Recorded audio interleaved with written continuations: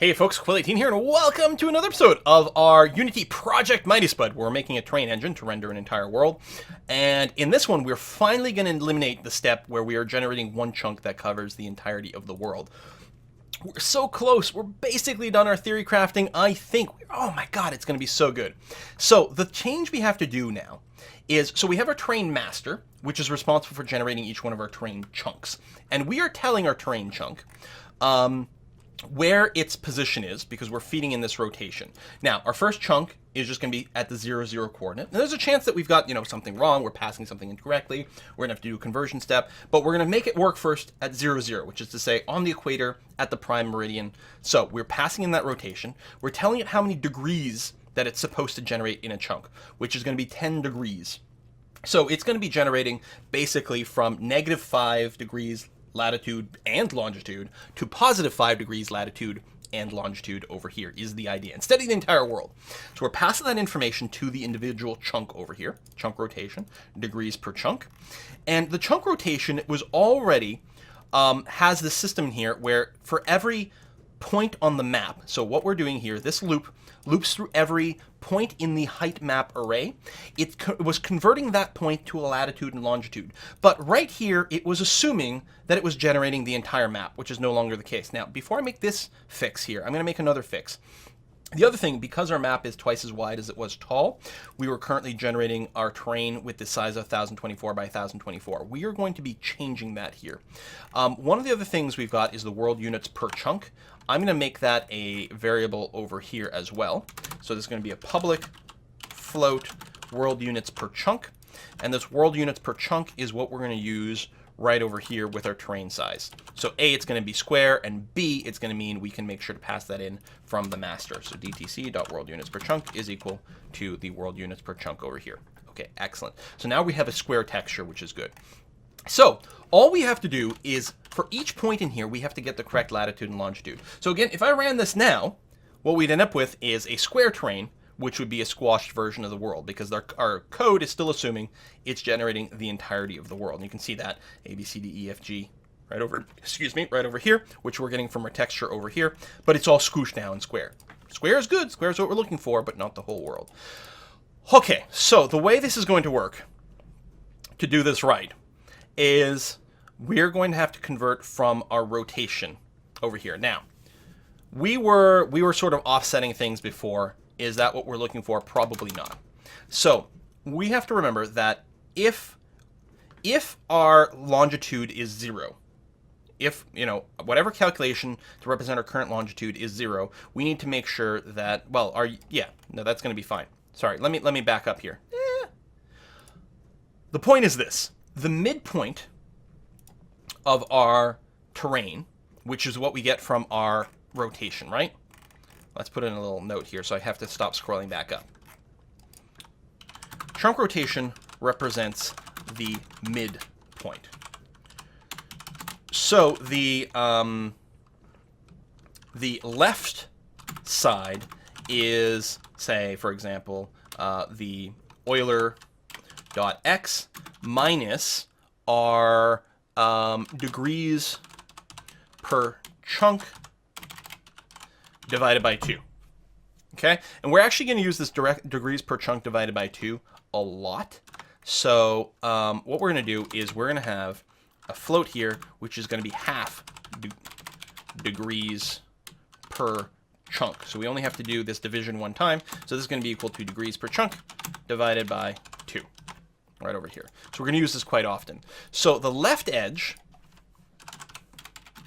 left side, is going to be our, this is our chunk rotation dot Euler angles dot x minus half degrees per chunk.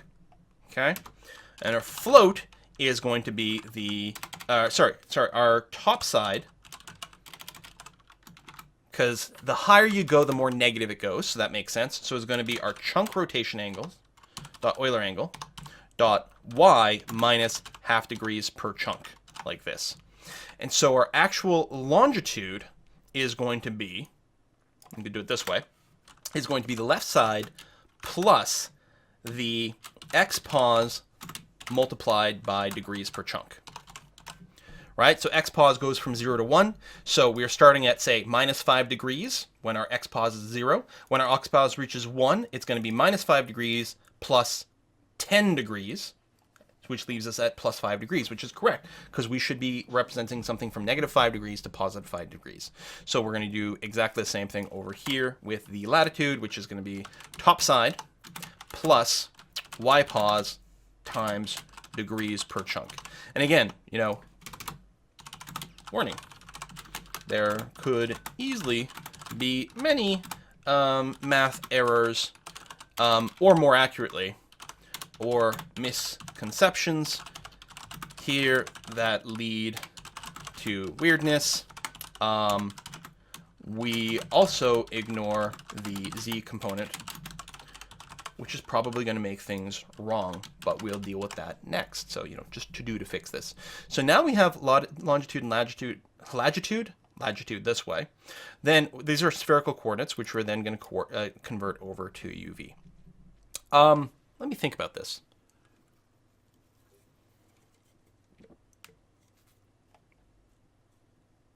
I don't know if this is the best way of doing it.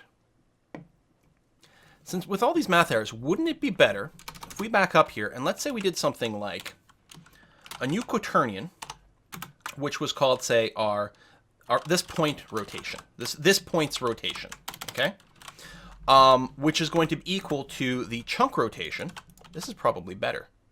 Multiplied by a new quaternion, which we're going to generate using Euler angles.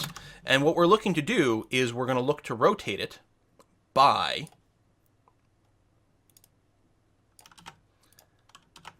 the x pos times degrees per chunk minus the half degrees per chunk, comma, y pos times degrees per chunk minus half degrees per chunk, and 0 over here. So there we go. This is good because this means we're actually, if our chunk rotation involves a z component, then we're going to keep it here. But local to this rotation, we're then going to offset things, by a certain direction around the x and y based on where we are in our on our terrain. And then what's nice about this is, all right, if we back up over here, right, we're trying to generate the sphere coordinate over here. Well, what I can do is say something now. Spherical coordinate SC is equal to chord helper dot. We want to go from a rotation to a spherical. Actually, ultimately, we're going from a rotation to UV. So we can actually skip this entirely. Right? And what we're doing is we're saying vector 2 UV is equal to chord helper dot rotation to UV. And we're using our local, what did I call this? Point rotation. Point rotation. And we're going to get UV coordinates from there. Is there any chance in the world that this is right? Because if it is, holy shit, is that minimalist and clean? I feel like it can't possibly be because it's quaternions and I always mess things up. But it might be like mostly right, except for like I you know, need to swap some negatives around or something like that. Oh my god. That is super close to being, well, let me, oh my god, that's insane. Wow. If we go and make our chunks per degree bigger so that we can see a little bit more. Oh my god. That's like really good. I mean, it's not right. But this is just a mirroring question. And it probably is a side effect of some of the weirdness. Oh, I can get rid of all this. Oh my god, that's insane. How did I get so close on this go? Especially since I actually hadn't planned this yet. I was like, it's going to be something kind of like this, but not so much. Okay.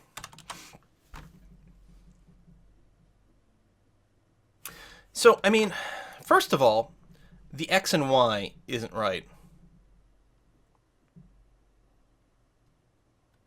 Is it just a question of... Nah, I don't think this is right. And I don't like just like trying random stuff and seeing what happens. Holy crap. I'm actually sitting here like... This was too easy. I must be doing something else horribly wrong. But this is actually correct, because think about what we're seeing here, right? The center of the image, the center of this chunk is supposed to be 0 degrees latitude, 0 degrees longitude, okay? And if you look at this image, I'll bring it up into the Photoshops to be bigger. If we look at this image, the left edge, remember that this left edge represents the 0 longitude, the prime meridian. And you see how it's like, that's where the E starts, right? And if we look here and we go right down the middle, that's where the E starts. Holy crap. Yeah, see, now I'm like, I can't believe I've spent so much time the other day coming up with a really complicated solution, when the solution, in fact, was shockingly simple. But that's what happens when you do, like I spent 7 hours programming the other day to properly understand what is supposed to go on, which meant that then I could properly understand a good way to do this. It doesn't mean we're 100% there yet, but it means we're pretty damn close. Before I go and add more chunks over here, I want to try something. I want to throw in our rotation here. I want to take this rotation and actually make it equal to its current rotation multiplied by quaternion dot Euler. I want to just rotate it, say 45 degrees around the Z component, because I want to see what happens. Jesus Christ, it works. Oh my God, that's perfect. That's exactly what I want to see. Again, we don't rotate the train because remember, the train itself can't be rotated. But it means that if for some reason we, between all our shifting around, right, things will naturally rotate around and do weird things and work in ways you don't expect. Oh my God, this is incredible. This is absolutely incredible. I'm going to get rid of that. I'll get rid of this completely because that was just whatever. But let's say now, instead of landing at the equator, let's land at the South Pole. There, now we're landing at the South Pole. Now, there's not a really good way to confirm that it's working okay, except, holy crap. You see how there's like no distortion? I mean, it does like level of detail based on how far away we are. But we should be looking at the South Pole over here. And whereas in our image, it's all stretched and weirded out. Let's go over to U. How do we confirm? So the South Pole at the prime meridian right here. If I go and paint, here's what I'm going to do. I'm going to grab a square right here, grab the paint bucket, and just fill it with black, and save this. And then if we run this, we should have like the sunken in thing. It's going to be like weird. It's not going to look square because of the way the anti-distortion. But yeah, there's a giant hole there. That is the South Pole. And all of our terrain, there's a little bit of a pinching effect here because this topography, this happens the same thing when we were rendering the sphere, which actually we can put the sphere back in, you can confirm it, right? If we look at the sphere and find the lit side, how come the sphere is not lit?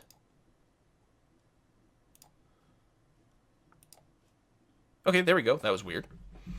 Actually, we don't... Oh, it goes away when we're running the scene. That does seem a bit odd. But if we look at this, remember when we looked right down on the pole on the sphere, and you see how there's like the weird pinching? And there's even a seam here. It's because the texture that we're using to do this isn't 100% perfect for a spherical projection. Okay? Because here it's not quite right either. Which means that with the texture we're using, rendering at the South Pole, there's going to be a wee bit of distortion. But, I mean... oh, not the master. I want center on here. But god damn, is it good. You can see there's just like the tiniest hint of maybe a seam effect, but really not as pronounced because actually the terrain itself is smoothing these little differences out. And there's a little bit of a pinching effect, but again, that's just a texture. Guys, like... You can't understand how thrilled I am that through all my like work of... And that happens a lot in programming. If you truly understand a problem, a lot of times the solution ends up being so simple.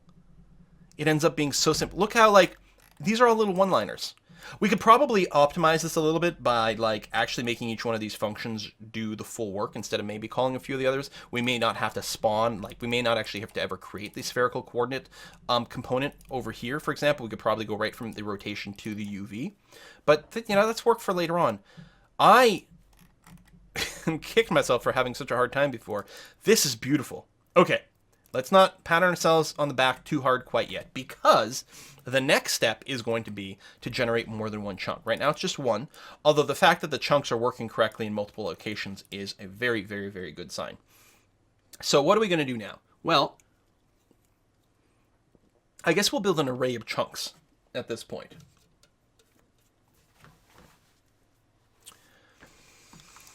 I'm trying to figure out, like, well, let's take a first approach first and then see how that works and then come back. One of the things to generate the terrain a little faster is I'm going to go and lower the resolution of the terrain, which is determined by this number here. If we switch this to, say, 128, okay, like that. And I'm going to go back to rendering on the equator. So we're once again going to land right at the equator at the prime meridian. If we run this, we're going to have a much lower res terrain, which actually looks smoother, which is kind of funny. But yeah, that actually does make some amount of sense. Let's say I drop it even further. Where's it? Terrain chunk. Right, like 32. Wait, or is that the height map resolution as opposed to the... Yeah, no, there we go. Now we get nice and blurry over here because it's really, really low res. But the advantage of it is that it should run a lot faster because the height map resolution determines the size of the array that the terrain uses, which is what we're looping through here in the XY. So it has to loop a lot less, do a lot fewer lookups. I think that 128 looked surprisingly good. And, you know, sure.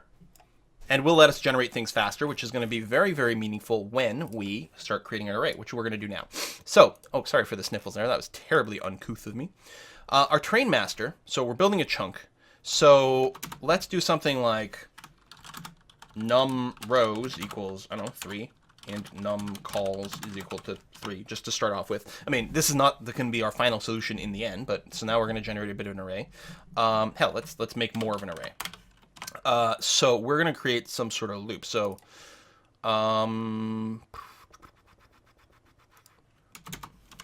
for x goes to x goes to num columns, for y is equal to num rows.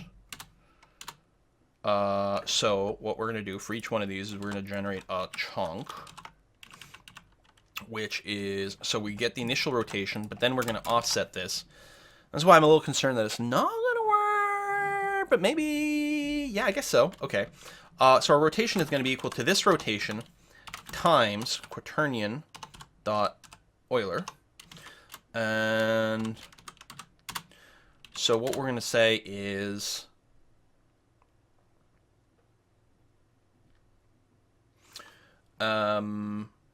we're going to be going degrees per chunk times num rows, that is the x, so num columns divided by 2, plus x times degrees per chunk, right? So this gets us to the left edge. And we don't need these parentheses because of order operation, but it makes things a little clearer. This gets us to the left edge, and then we're going to add things in based on what column we're in. So we're going to do the same thing for degrees per chunk times num rows divided by 2. I mean, I don't need the f here. Just reminds me that because one of these things is a float, the degrees per chunk it's going to be a floating point answer, which is going to be good, plus y times degrees per chunk, and then we're not doing any rotation around the z-axis.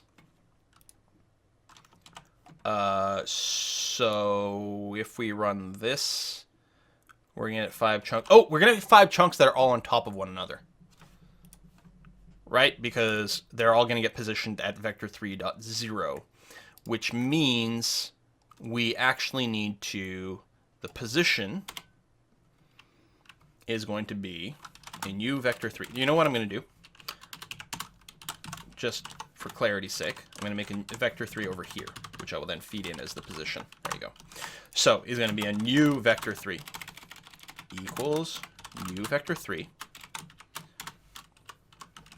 So it's going to be offset in the x based on, I guess, the same sort of thing, where it's going to be world units per chunk times num columns divided by 2 plus x times world units per chunk. Chunk, comma. Now, in the y direction, go away. In the y direction, we're actually going to go 0. We are not moving our terrain bits up.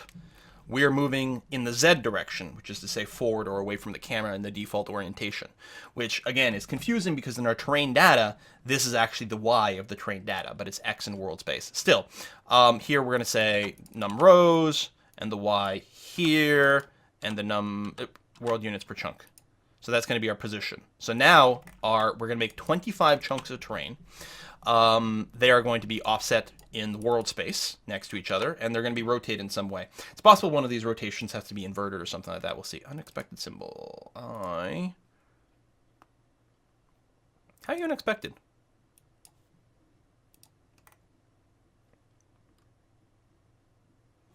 You're complaining about it twice. Oh, hold on. Get rid of this extra comma. There we go. There was the extra comma. So this will take a little longer, although this is one of the reasons I lowered the resolution, is so that each chunk of terrain wouldn't take as long. But now we're generating 25 chunks of terrain. Oh! It's actually funny, because from the side, it almost looks like one of those like depth maps that you can see about things. So I'm passing this position to build chunk, but we're never actually using it. So our game objects that we're spawning, the transform dot position has to be equal to this position. There we go. So now it's actually going to use that. So go again. It takes a little while. 0, 1, 2, 3, 4, 5, 6. Oh, that's it. Wow, it's done. It just we're not orientated correctly to see it. We have terrain chunks. However, we are not where I think we should be. Also, these things are... No, they're not the same.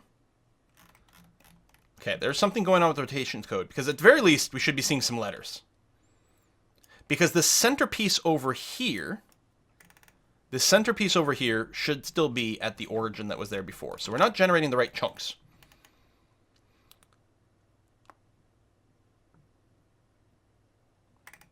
Let me set this, first of all, to 1, 1. So we're only going to generate a single chunk. Which means it's going to be... Oh, wait, hold on. We need a negative. Negative, negative, negative, negative. So that's one thing. Let's just go 3, 3 because it'll be faster. Or actually, I should go an even number. Okay, all right. A little bit better. So first of all, if I went to an even number, what we have to remember is that would mean we would go degrees per chunk divided by numcom. So this would be equal to 1. So we'd be going -1 chunk to the side, and then adding 0 the first time. So it'd be from -1 plus 0 would be 0. But the second row would be -1 plus 1, which comes out to 0, which means the bottom right corner in this grid will end up being our old value, or top right. Yeah, see that? Okay, I think ooh, wait, because this should be here. Clearly. And also, if we went back to, say, 10-degree chunks, then it becomes even better because we can see more letters at the same time. And then clearly see, though, there's something. So why are you supposed to be here and you supposed to be here?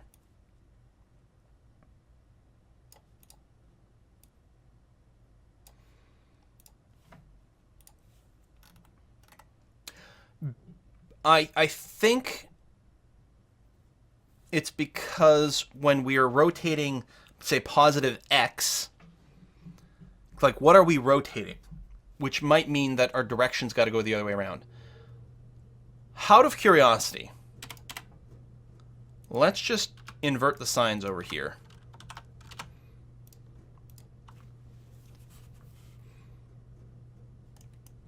No.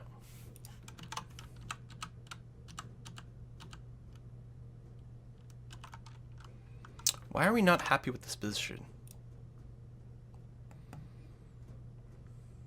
So let's make one row here. and think about what we're seeing.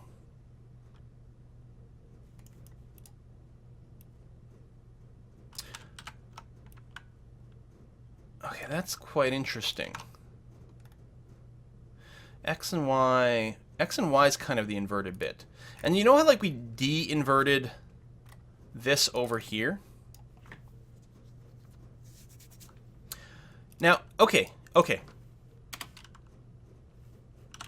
Remember how these used to be inverted? And actually, I still have the comment in there. Yeah. Well, that's... Oh. That's interesting. Actually, if I do this, this should now be working correctly. Well, except that it's going to be sideways from what we expect. So we're generating 25 chunks here. So this, okay. I'm actually very happy that leaving this inversion that was there before gets us something that is indeed stitched together correctly. It is stitched together correctly. We've just got, so somewhere along here, there's some sort of inversion with the XY that we're not happy with. And that's really all that's going on. But why is that? Is there something slightly off in my chord helper? Am I using the wrong angles somewhere along here? Right? Latitude and longitude getting effed up? Wait a minute. No. But it's probably just something weird like that. Out of curiosity, if I went and I hate saying like, out of curiosity, let's just try random shit and see what happens, because that's almost certainly not the solution. But it's clearly such a tiny bug somewhere. There's a tiny little thing somewhere along the way. Oh, I should go back to a 3-3 map just because it's a little faster. Oh, that's really not right.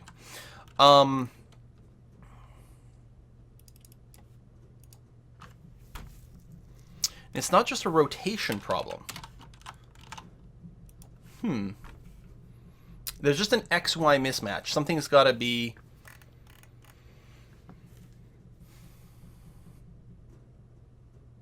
So the values are, okay, tilted 90 degrees. Like, assuming we're rotated everything here 90 degrees, which I, right? If I did this, right, 90 degrees, that's fine except for the mirroring.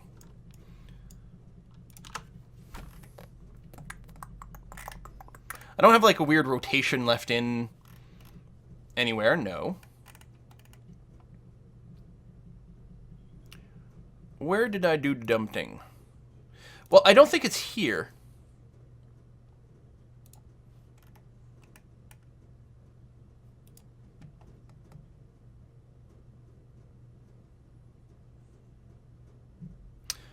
I don't know. I might have to go and do some debug here, right? Set a little debug instruction. Just out of curiosity, is point rotation ending up with some weird, like really unexpected value? I'm just going to set a breakpoint here. I don't think that's the case, but who knows? We might see something. Most likely what I'll do is I'll put a cut in here, and then I'll just figure it out between episodes. Because it... Oh. That was not a good breakpoint, I think. Because it's not solid. There we go. It's so weird. Sometimes you can click somewhere and you get this, like, empty breakpoint that's not a real breakpoint. See that one there? But that one's a real one. So I don't know what I'm clicking incorrectly here. Let's hit play again. Okay, now we are stopped here. Good. So if we go, actually, I'm going to jump over this step so we get some UVs. So our point rotation, if we look at the Euler angles, does have a slight rotation around the Z, but that's actually entirely reasonable. It's not like a 90-degree rotation. It actually should have a weird slight rotation around the Z, which is not going to affect the UV coordinates. So I'm wondering if there's something here or something here? No. If there's anything, it's probably something in my conversions here. But even that I'm not sure about. So yeah, like I said, what I'll do is I'll put a cut in here. We are like 99% of the way there. There's just somewhere there's an X and Y being inverted, or there needs to be a negative sign or something like that. It's such a tiny, tiny little thing. And I hate that it's like just barely souring this. Just barely souring this. Again, the X and Y here is almost certainly supposed to be inverted like this because we know that there's an issue like that. Because internally in the array, unity flips the x and y. But x pause here should be going in our normal orientation. This should be negative x. This should be positive x. Or, sorry, this should be x0. This should be x is equal to 1. If I make it a little clearer by pulling out here. This should be x0 and this here. But then, yeah, why does it...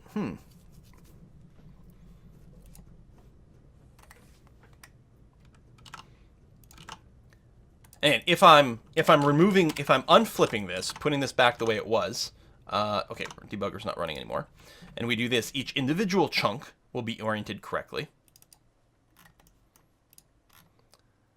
They're just not positioned right.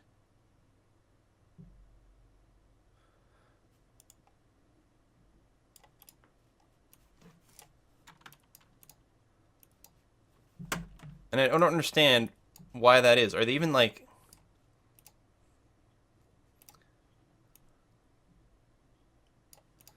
That's the D. And then 4 and 5 and 6.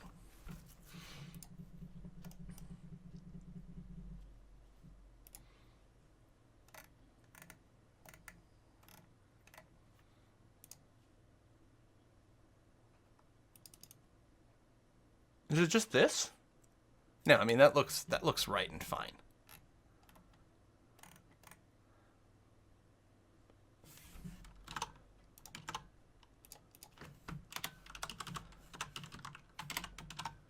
I need to put a cut in here because I don't like ending videos like this. Okay, but why? But why?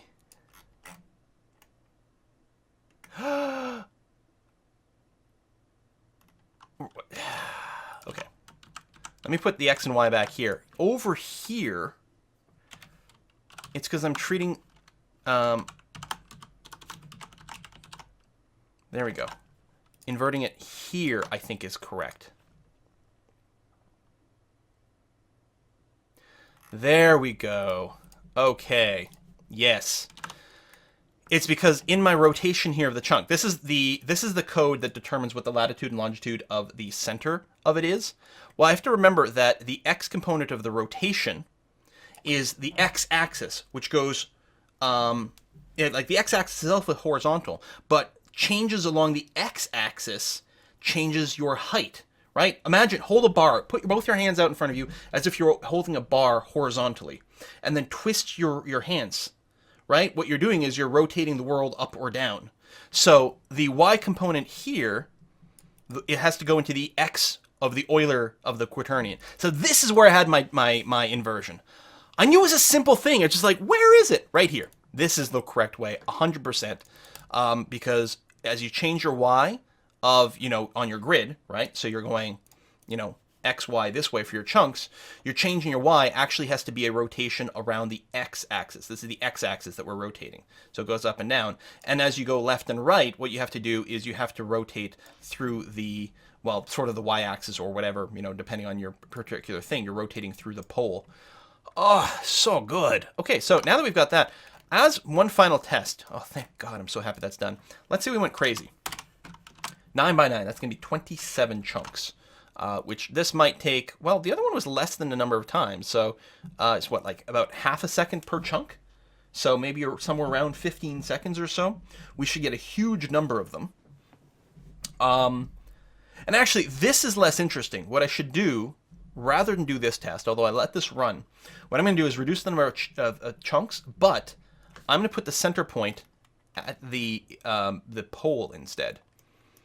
All right, so you can see there's a little bit of a seam that starts to develop, and actually, there you go. You can see this sort of like echoing going on over here, right? And that's something that we will be looking at. And I knew this sort of thing was going to happen because of the way, I think it's entirely due to how we are rotating through here from the landing spot. This is not actually the solution we want. For each one of these, what we're going to want to do is start from the current slot and calculate a rotation from that local one. Because what we're doing for each one of these rotations, we are restarting the calculation, right over here. We're restarting the location from the landing spot, and rotating out of there instead of using the coordinates of this thing, of like each individual chunk and then rotating over. So this chunk here, right? This chunk right here, this guy, instead of being relative to the parent chunk, it should just be looking at, say, two of its neighbors, neighbor to the left, neighbor to the right, rotating 10 degrees off each one of those, and it would end up pretty good. And then on top of that, we'll tell each terrain chunk that who its neighbors are, so it will automatically stitch the seams as well. So this sort of distortion won't be evident in any way whatsoever, hopefully, if we've done this correctly.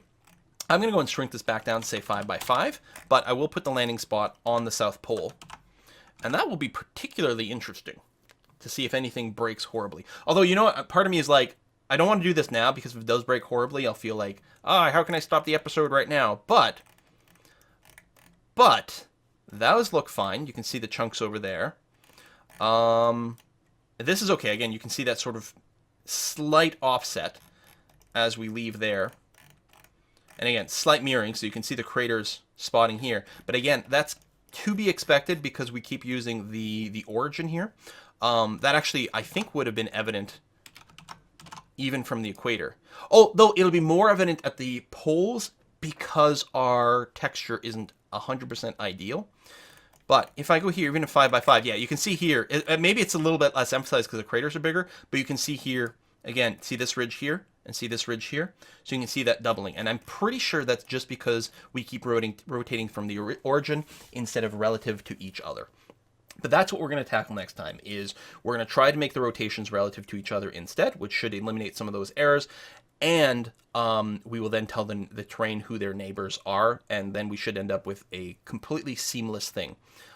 Again, there's always going to be a tiny little bit of distortion because we are treating each one of these chunks as square, whereas in truth, because of the rotation of, or the fact that the world is round, in the way we would cut these is they would always have a slight bulge, right? So we have our squares, but these would bulge out ever so slightly. I'm exaggerating things, although if we were looking at this, and that's the other problem, right?